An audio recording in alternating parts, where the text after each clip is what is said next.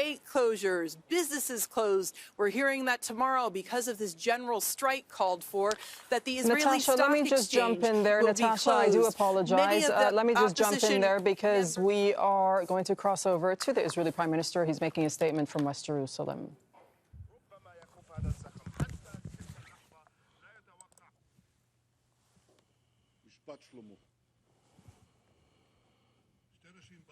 שתי נשים באו לפני המלך שלמה, וכל אחת מהן טענה שהיא האמא האמיתית של אותו תינוק. המלך שלמה ציווה להביא חרב ולבתר את התינוק. Dear citizens of Israel, 3,000 years ago here in Jerusalem, there was the Solomon court where two ladies came to the king, and both of the ladies claim they are the real mothers of the same child. King Solomon ordered a sword to cut the child into two. One of these two ladies was ready for the child to be cut, but the other lady has insisted to keep the child safe and alive. Now, these days, the two parties are in a big difference, and they claim that they both love the country and love the child. The two camps here in Israel are in difference, and we need not this tension to go on. מדינת ישראל לא יכולה להתקיים בלי צה"ל, וצה"ל לא יכול להתקיים עם סרבנות. סרבנות מצד אחד.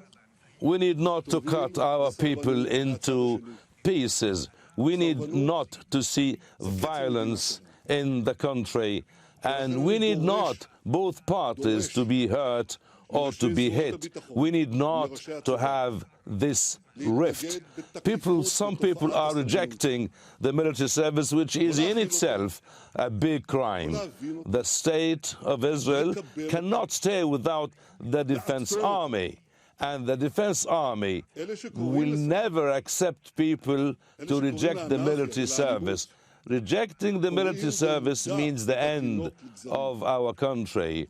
From here, I urge heads of the security agencies and military commanders to reject and to refuse all these aspects of rejecting the military service. We need to contain these phenomena because we need not to accept it.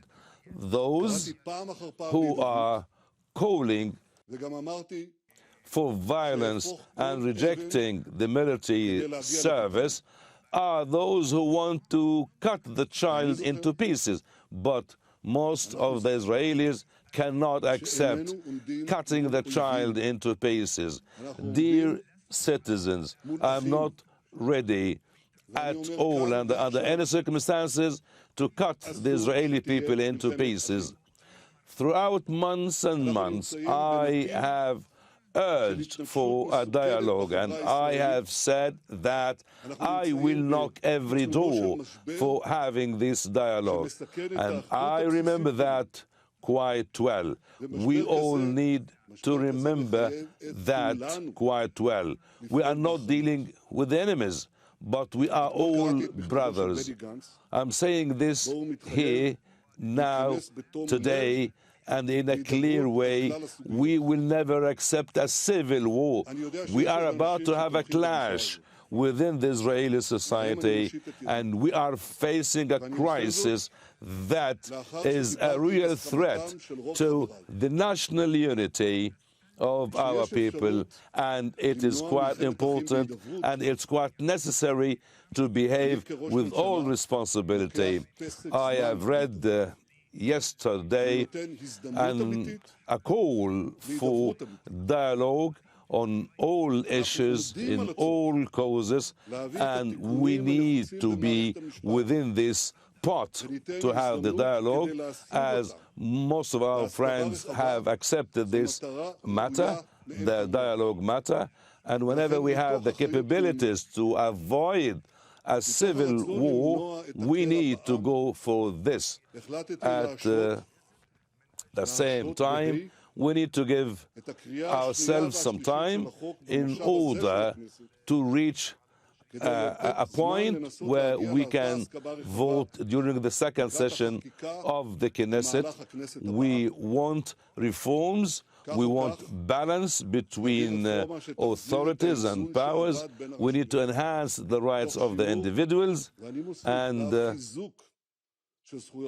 to the nationalists and their supporters, we can do this in the Knesset alone because we have the people with us, and dozens of our supporters have arrived in Jerusalem to support the reforms and to say that a change must be there because they support the reforms. I want to say that I'm proud of you. I am proud of you. You're not a second-class citizens. You are the ones who went to the streets of the capital in order for your democratic voice to be heard by everyone. No one can silence you. You have reached this spot without being encouraged by anyone.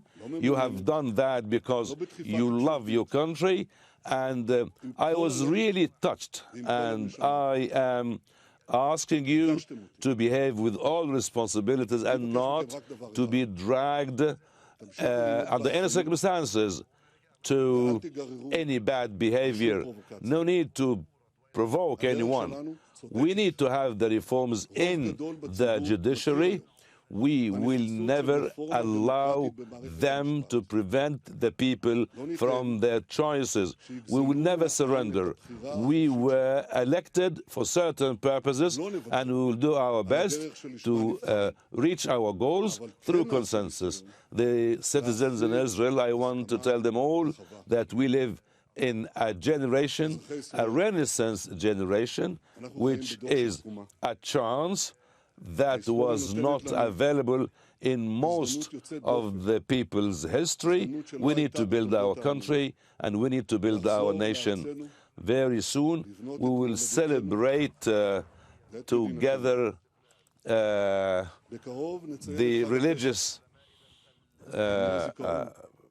celebration, and we will be always together, and we will pay our condolences for the soldiers of Israel who lost their lives in our nation's battles.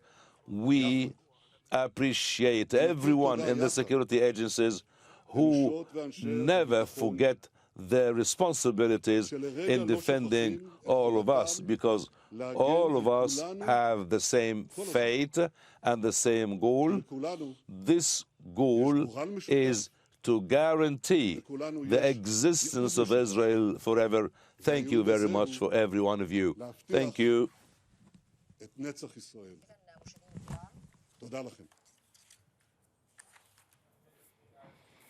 So a short statement made by the Israeli Prime Minister Benjamin Netanyahu saying that Israel is at a dangerous crossroads, and he did say that he will delay the second and third readings of that justice bill to the following parliamentary session, which will take place next month. And he said that this delay comes from a will to reach broad consensus. According to the Prime Minister, he will turn over every stone to find a solution. And he says that he's not ready to divide the nation into pieces and that he's willing to take the time out for dialogue, also blaming an extremist minority who are ready to divide the nation. Let's bring in Natasha Ghoneim. She's joining us now from West Jerusalem. So, Natasha, what did you make of the statement made by the Prime Minister?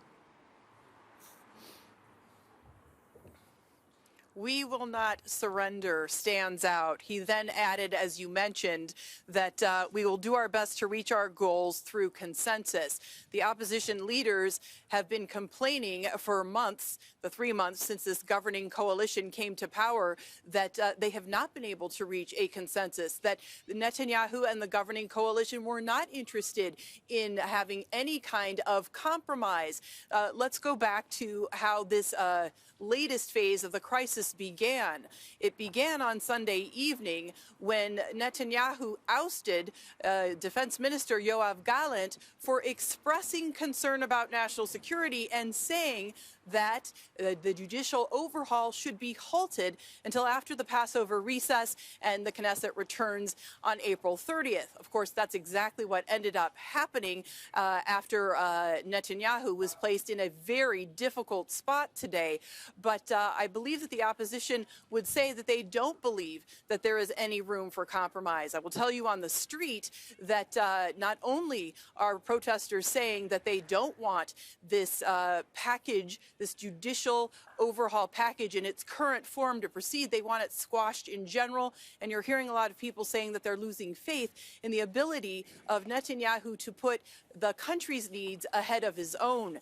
We left the protest in front of the Knesset a short time ago because supporters of Netanyahu had joined the protesters. They were chanting that the public wants this reform. They're saying that their voices do need to be heard, and we're hearing from them that they believe that there should be judicial overhaul. So what you have are two sides that have continued to dig in today, despite the fact that we are in unprecedented territory. The country in an absolute state of paralysis with a general strike across many sectors of society, airports closed, and we're hearing tomorrow that the Israeli Stock Exchange will also be closed. So it'll be interesting, Doreen, to see is there going to be any, after this recess, any edging closer to a consensus.